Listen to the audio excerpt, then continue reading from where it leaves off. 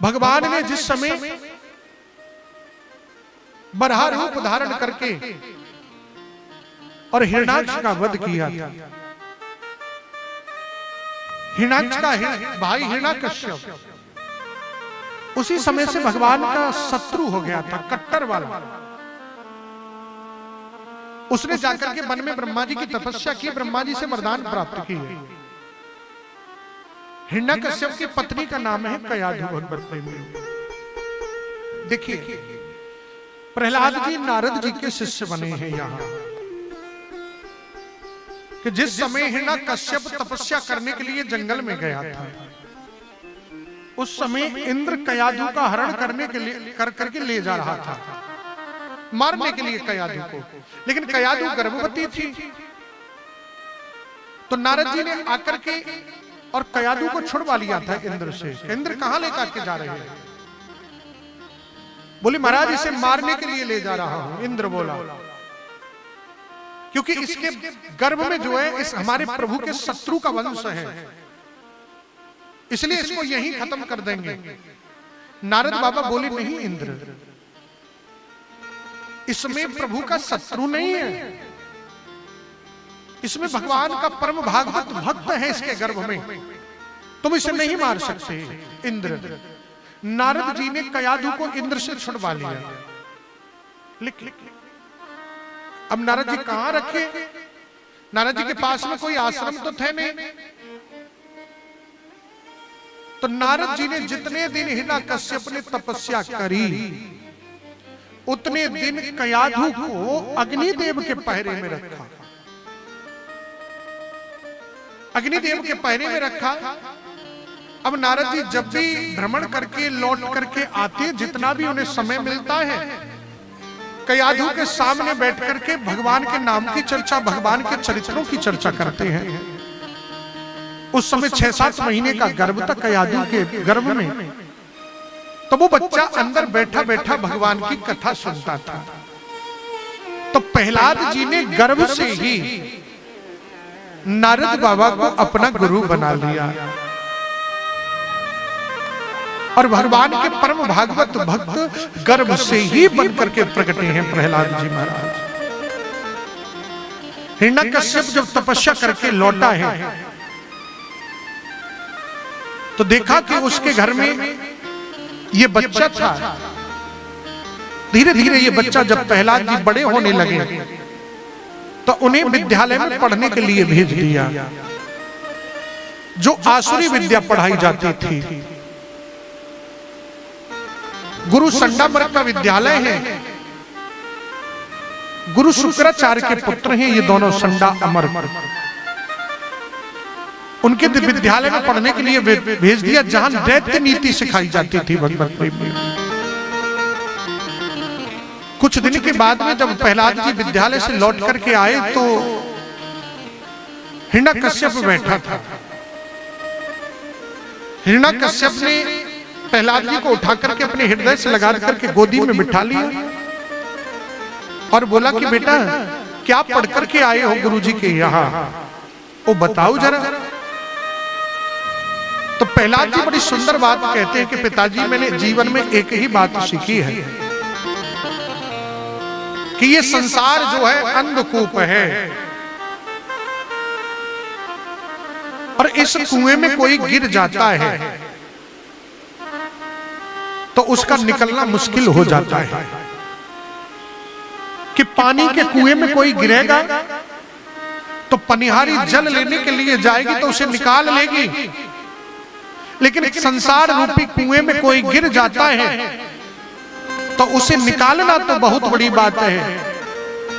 कि उसमें पारिवारिक बड़ी बड़ी मछलियां हैं, माता पिता भाई बहन बंधु सखा, ये ऐसी मछलियां हैं कि कोई निकलने को भी चाहता है तो उसे कोई निकलने नहीं देता है। इसलिए पिताजी ये सारा पसारा संसार उस परमात्मा के मालिकाने में है, इसका मालिक केवल वो है। हम लोग तो बेकार में अपने को मालिक समझे बैठे हैं। पिताजी हम उस मालिक के नौकर हैं, तो हमें नौकर ही बन करके रहना चाहिए, इसमें मालिकाना हक नहीं जमाना चाहिए। हमें वही करना चाहिए जो मालिक का आदेश हो, लेकिन हम लोग वो नहीं करते हैं। हम लोग वो कर रहे हैं जो हमारी मनमानी कहती है। इसलिए पिताजी, सब कुछ छोड़ करके हमें केवल भगवान का भजन करना चाहिए। ये शब्द जब प्रहलाद जी महाराज बोले तो भगवत प्रेमियों हिरण्यकश्यप की आंखें लाल हो गई। उसने डांट करके सन्नामर्क को बुलाया और बोला कि ये क्या पढ़ रहा है? मैंने दैत्य नीति पढ़ाने के लिए भेजा था, ये पढ़ाने के लिए नहीं भेजा था, ये मुझे उपदेश कर रहा है। सन्नामर्क बोले, महाराज हमारे विद्यालय में वही पढ़ाया जाता है कि जो कोर्स आपने निर्धारित किया है। भाई विद्यालय में क्या पढ़ाया जाता है? विद्यालय में वही पढ़ाया जाता है कि जो कोर्स निर्धारित होता है। उस कोर्स से अलग विद्यालय में कुछ नहीं पढ़ाया जाएगा। बोले सरकार, वहां पढ़ाया वही जाता है जो आपने कोर्स निर्धारित किया है। अब ये क्या पढ़ रहा है ये हम लोग कैसे बता दें? डांट करके भगाया। बोले जाओ और इस पर आपके ध्यान देना, ये कहां पढ़ रहा है, क्या पढ़ रहा है। भगवत प्रेमियों, ध्रुव जी गर्व से भगवान के भक्त हैं। अब संसार की चर्चा का उनके ऊपर कोई असर नहीं पड़ता है। दैत्य नीति का कोई असर नहीं हो रहा है ध्रुव जी, प्रहलाद जी महाराज के ऊपर। प्रहलाद जी बहुत दिन तक फिर पढ़ते रहे विद्यालय में, फिर लौट करके आए तो हिरण्यकश्यप ने फिर पूछ लिया, बेटा क्या पढ़ करके आए हो? प्रहलाद जी बोले, पिताजी अब के मैं 9 बात सीख करके आया हूं। हिरण्यकश्यप खुश हो गया, बोला शायद ये 9 प्रकार की दैत्य नीति सीख करके आया होगा। क्या बातें कर रहे हैं ये महाराज जी जो बैठे हैं? कुछ कह रहे हैं क्या? कुछ कहना चाहिए तो खड़े होकर के कह सकते हो, सबके लिए छूट है, ठीक है? लेकिन कथा में बैठिएगा तो शांति से। अगर कुछ मन में किसी भी प्रकार की किसी की शंका होती है तो बेझिझक बेधड़क होकर के खड़े होकर के पूछ सकते हो, ठीक है? लेकिन दूसरे को डिस्टर्ब नहीं करिएगा। बोली वृंदावन बिहारी लाल की जय हो। भगवत प्रेमी बोले, पिताजी मैं 9 बात सीख करके आया हूं। अब हिरण्यकश्यप ने सोचा कि शायद 9 दैत्य नीति सीख करके आया होगा, तो बोले बेटा सुना क्या सीख करके आया है? अब प्रहलाद जी सुना बैठे नवदा भक्ति। बोले पिताजी, श्रवणम कीर्तनम विष्णु स्मरणम पाद सेवनम अर्चनम वंदनम दास्यम शक्यमात्म निवेदनम। बोले पिताजी, उस परमात्मा ने हमें इतना सुंदर जीवन दिया है, इतना सुंदर तन मन दिया है, तो हमें निरंतर केवल उन्हीं के चरित्रों का, उन्हीं की कथाओं का श्रवण पान करना चाहिए, उनके नाम का श्रवण पान करना चाहिए, उन्हीं के नाम का कीर्तन करना चाहिए, उन्हीं भगवान श्रीमन नारायण के चरणों की सेवा करनी चाहिए, संसार की नहीं। उन्हीं की अर्चना वंदना करके पिताजी, जब जीव अपना सर्वस्व त्याग करके दास हो जाता है तो ये मेरे गोविंद का स्वभाव है कि उस जीव को उठा करके मेरे गोविंद अपने हृदय से लगा लेते हैं। पिताजी, ये शब्द जब प्रहलाद जी महाराज बोले तो हिरण्यकश्यप की आंखें लाल हो गई। भगवत प्रेमियों, उस दुष्ट ने प्रहलाद जी को पहाड़ी से नीचे गिराया, मारने के लिए बहुत प्रयास किए, हाथी के पैर के नीचे दबाया, अग्नि में जलाया, कारागृह में बंद करके भूखा रखा, लेकिन एक खरोंच तक नहीं आई। क्यों? कि जाको राखे साहिया, मार सके नहीं कोई, बाल न बाका कर सके, जो जग बेरी हो। जिनका रक्षक मेरा गोविंद है, जिनका रखवाला मेरा गोविंद है, उनका इस संसार में भगवत प्रेमी कोई कुछ नहीं बिगाड़ सकता है। एक खरोंच तक नहीं आई ध्रुव भैया को, प्रहलाद जी को लौट करके फिर विद्यालय में भेजा। हजारों असुरों के बालकों ने प्रहलाद जी को घेर लिया। घेर करके प्रहलाद जी से बोलते, प्रहलाद भैया भगवान के भजन के लिए तुम्हारे पिताजी मना करते हैं, तो कुछ दिन रह जाइए।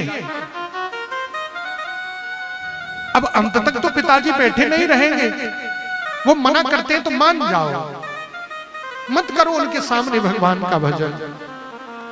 ध्रुव भैया पहाड़ी से तुम्हें गिराया जाता है तो वेदना हमको होती है, भूखा तुम्हें रखा जाता है तो तड़फन हमको होती है, अग्नि में तुम्हें जलाया जाता है तो जलन हमारे होती है। इसलिए भैया हम प्रार्थना करते हैं कि तुम भगवान का भजन करने के लिए मान जाओ, जब पिताजी मर जाएं उसके बाद कर लेना, इस कष्ट से तो मुक्ति पा जाओगे।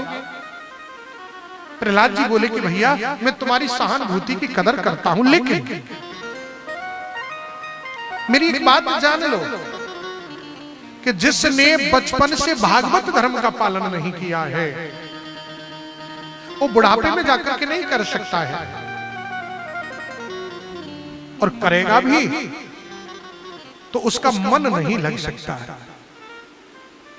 इसलिए बचपन से ही बच्चे के अंदर वो संस्कार हो कि वो बुढ़ापे तक संस्कार बना रहता है। बचपन में जैसा संस्कार बच्चे में पड़ जाता है वो संस्कार जीवन पर्यंत रहता है भगवत प्रेमियों।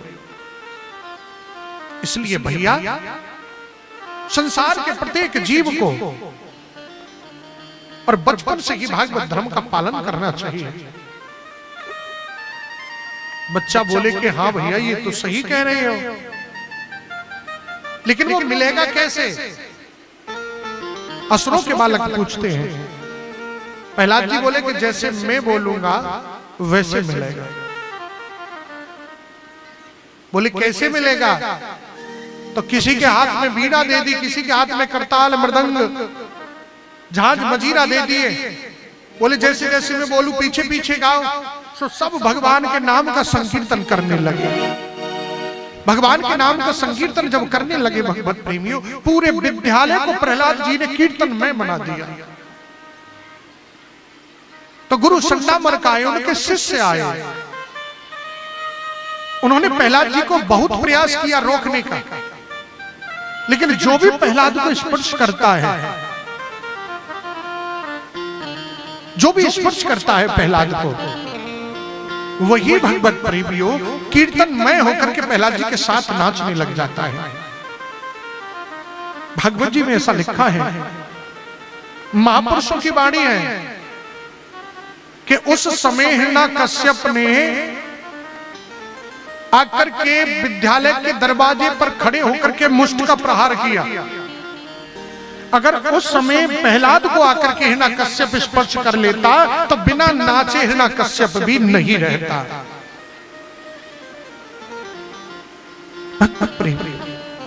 उसने दूर से विद्यालय के दरवाजे पर खड़े होकर के जोर से पृथ्वी पर मुष्टिका का प्रहार किया। घनघोर आवाज हुई, बच्चे डर गए और दौड़ करके जब शांत हुए तो उसने प्रहलाद जी को पकड़ लिया, पकड़ करके महल में लाया और ला करके बोला कि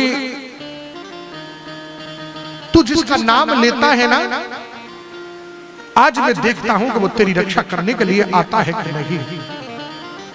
तो मैं उससे तो बाद में निपटूंगा, लेकिन पहले तुझसे निपटूंगा। आज मैं तेरे प्राण लेकर के ही छोड़ूंगा, क्योंकि तू मेरे शत्रु का नाम लेता है। जिसके लिए मैं मना कर रहा हूं तू वही कर रहा है। भक्त प्रेमी प्रहलाद जी महाराज को एक गर्म खम्भे से बांधने लगा। आज प्रहलाद जी भगवान से प्रार्थना करते हैं कि प्रभु, आज परीक्षा की अंतिम घड़ी है और मेरी रक्षा करने के लिए आ जाओ। भगवत प्रेमी जैसे ही प्रहलाद जी महाराज पुकारने लगे तो सामने देखा कि गर्म खम्भ करा करके स्तंभ को गर्म करा दिया। उससे बांधने के लिए जब उद्यत हुआ प्रहलाद जी को, तो प्रहलाद जी की थोड़ा सा डर मन में आ गया। भगवान को याद किए तो यहां भगवान का एक अवतार और होता है जिसकी चर्चा कम करते हैं, कि जैसे कि देखा कि भगवान एक चींटी का रूप बना करके और तपते हुए उस स्तंभ के ऊपर चलने लगे। प्रहलाद जी एकदम सावधान हो गए। मन में विश्वास हो गया कि मेरे गोविंद मेरी रक्षा करने के लिए प्रकट हो गए हैं। तुरंत खंबे से बांध दिया। भक्त प्रहलाद को तलवार लेकर के मारने के लिए उद्यत हुआ तो कहने लगा कि बता, कहां है तेरा नारायण? आज उस छोटे से बालक के मुख से निकल गया कि मेरा नारायण तो इस खम्भे में है। वाह रे मेरे गोविंद, वाह। आज उस बालक की बात की रक्षा करने के लिए भगवत प्रेमियों खम्भे को बीच से फाड़ करके भगवान और नरसिंह रूप में प्रकट हो गए हैं। खम्भा तड़ तड़ करके बीच से फटा, भगवान नरसिंह के रूप में प्रकट हो गए और हिरण्यकश्यप के छाती में लात मारे सो हिरण्यकश्यप को दूर फेंक दिए। भगवान बोले, हिरण्यकश्यप मेरे भक्त की तरफ कोई आंख उठा करके देखता है तो उसे आंखों से अंधा कर देता हूं, उंगली उठाता है तो हाथ काट करके फेंक देता हूं, लेकिन तूने मेरे भक्त पर तलवार उठाई है, मैं तुझे जिंदा नहीं छोड़ूंगा। हिरण्यकश्यप बोला कि तुम मुझे मार नहीं सकते। अब भगवान के सामने भी मजबूरी है कि उसे दिन में नहीं मार सकते हैं, तो बाहु युद्ध कर रहे हैं। भगवान जैसे कि शाम का दोनों वक्त मिले, गोधूली की वेला हुई, भगवान उसे लेकर के और महल की देहरी में बैठ गए। महल की देहरी में बैठे भगवत प्रेमियों, भगवान बोले तैयार हो जा, मैं तुझे मारूंगा। हिरण्यकश्यप बोला तुम मुझे नहीं मार सकते। बोले क्यों? कि मैंने ब्रह्मा जी से वरदान मांगा था, न दिन में मरूं न रात में मरूं। भगवान बोले इस समय गोधूली की बेला है, दोनों वक्त मिले हुए हैं, इसे न दिन कह सकते न रात कह सकते हो। बोला कि तुम मुझे नहीं मार सकते, मैंने ब्रह्मा जी से वरदान मांगा है, न अंदर मरूं न बाहर मरूं। भगवान बोले मैंने तुझे महल की देहरी में रख रखा है, अब देहरी को न अंदर कह सकते न बाहर कह सकते हो। बोला तुम मुझे नहीं मार सकते। बोले क्यों? कि मैंने ब्रह्मा जी से वरदान मांगा था, न पृथ्वी पर मरूं न आकाश में। भगवान बोले मैंने तुझे अपनी जंगा पर बिठा रखा है बेटा, अब तू पृथ्वी पर भी नहीं आकाश में भी नहीं है। हिरण्यकश्यप हंसने लगा। बोला तुम मुझे नहीं मार सकते। बोले क्यों? कि मैंने ब्रह्मा जी से वरदान मांगा था, ना अस्त्र से मरूं ना शस्त्र से मरूं। भगवान ने अपने नाखून दिखाए कि इससे तेरे पेट को फाड़ूंगा। बता ये तुझे अस्त्र दिखाई देता है या शस्त्र दिखाई देते हैं? अब हिरण्यकश्यप बोला अब नाखून को तो अस्त्र शस्त्र नहीं कह सकते। बोला तुम मुझे नहीं मार सकते। बोले क्यों? कि मैंने ब्रह्मा जी से वरदान मांगा था कि ना मनुष्य से मरूं ना पशु से मरूं। भगवान बोले आंख खोलो जरा मुझे देख, मैं तुझे पशु दिखाई देता हूं या मनुष्य दिखाई देता हूं? अब नरसिंह का रूप है, ऐसा वर्णन कभी किसी ने सुना ही नहीं था कि गर्दन से नीचे का संपूर्ण शरीर मानव का और गर्दन से ऊपर ऊपर का शरीर जो है वो सिंह का लगा हुआ है।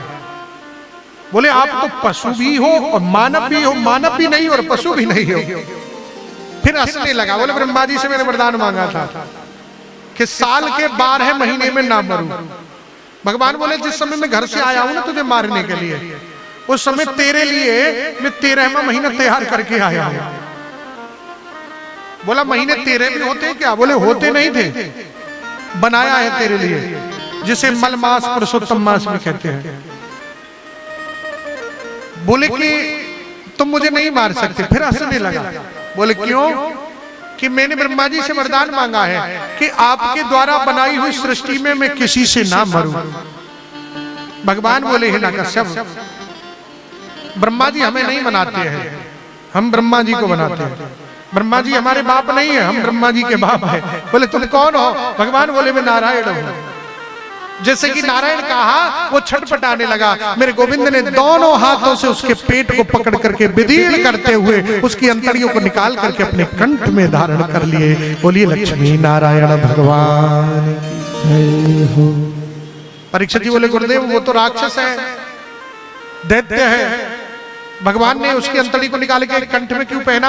बोले इसलिए भगवान ने ये विचार किया कि ये राक्षस चाहे जैसा भी है, लेकिन इसने मेरे परम भागवत भक्त को जन्म दिया है, इसलिए इसको भी कुछ ना कुछ मिलना चाहिए। तो भगवान ने इसलिए उसकी अंतड़ियों को निकाल करके कंठ में धारण कर लिया। भगवत प्रेमियों, भगवान हिरण्यकश्यप का उद्धार करने के पश्चात में भगवान का कोप शांत नहीं हुआ। भगवान हुम्बारुम करते हुए इधर उधर भाग रहे हैं। देवता लोग घबरा गए, त्राहि त्राहि करने लगे देवता। अब भगवान का कोप शांत ना हो तो पूरी सृष्टि का विनाश हो सकता है। देवता लोग घबराए, माता लक्ष्मी के पास पहुंचे। माता लक्ष्मी से प्रार्थना की कि मां आप जाइए और जाकर के भगवान को शांत करो। माता लक्ष्मी क्षीर सागर से जैसे ही आई तो माता लक्ष्मी ने जैसे ही भगवान का स्वरूप देखा, भगवत प्रेमियों, भगवान हुम्बारुम करते माता लक्ष्मी ने दौड़ लगाई, डर के मारे एक छलांग में माता लक्ष्मी क्षीर सागर वापस पहुंच गई हाँफते हुए। और देवताओं से कहती, देवताओं तुमने कहां भेज दिया मुझे? बोले प्रभु के पास। अरे वो प्रभु नहीं हो सकते। बोले क्यों? कि वो तो ऐसे लग रहा है जैसे बिगड़ा हुआ जंगल का कोई शेर हो, क्योंकि ऐसे स्वरूप का वर्णन कभी माता लक्ष्मी भी नहीं सुनी थी। नारद जी पहुंच गए बीड़ा बजाते हुए। नारद जी बीड़ा बजाते हुए पहुंच गए। बोले देवताओं, चाहे ब्रह्मा जी जाए, चाहे शंकर जी जाए, चाहे पार्वती, चाहे सरस्वती, चाहे लक्ष्मी, लेकिन भगवान का कोप शांत नहीं होगा जब तक उनका प्रहलाद उनके हृदय से नहीं लग जाएगा। भगवत प्रेमियों, देवताओं ने नारद जी को ही भेज दिया। बोले तुम ही जाओ। नारद जी दौड़ करके गए। आज भक्त प्रहलाद को पकड़ करके जैसे कि भगवान के समक्ष किए, आज मेरे गोविंद के नेत्रों से और गंगा जमुना की धारा बह चली है प्रहलाद को देख करके। भगवान बोले प्रहलाद हम देर कर दिए तुमसे मिलने में। आज भगवान ने प्रहलाद को अपने हृदय से लगा करके अपनी जिह्वा से चाट चाट करके उसके सर को गीला कर दिए हैं। भगवत प्रेमी, भगवान पहले हिरण्यकश्यप के सिंहासन पर स्वयं विराजे, उसके बाद भैया प्रहलाद जी को बिठाए और प्रहलाद जी का राज्याभिषेक करके तब भगवान प्रहलाद जी से बोले कि प्रहलाद तुम्हारी कोई मांगने की इच्छा हो तो प्रकट करो। हाथ जोड़ करके प्रहलाद जी खड़े हो जाते हैं। सरकार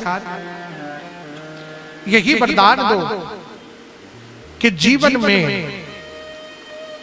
आपसे मांगने की इच्छा मेरे मन में कोई प्रकट ही न हो, बस यही वरदान मुझसे दे दो। भगवान विशुद्ध भक्ति का वरदान देकर के और भैया प्रहलाद जी को अपने धाम चले गए। बोले गोविंद भगवान की जय हो।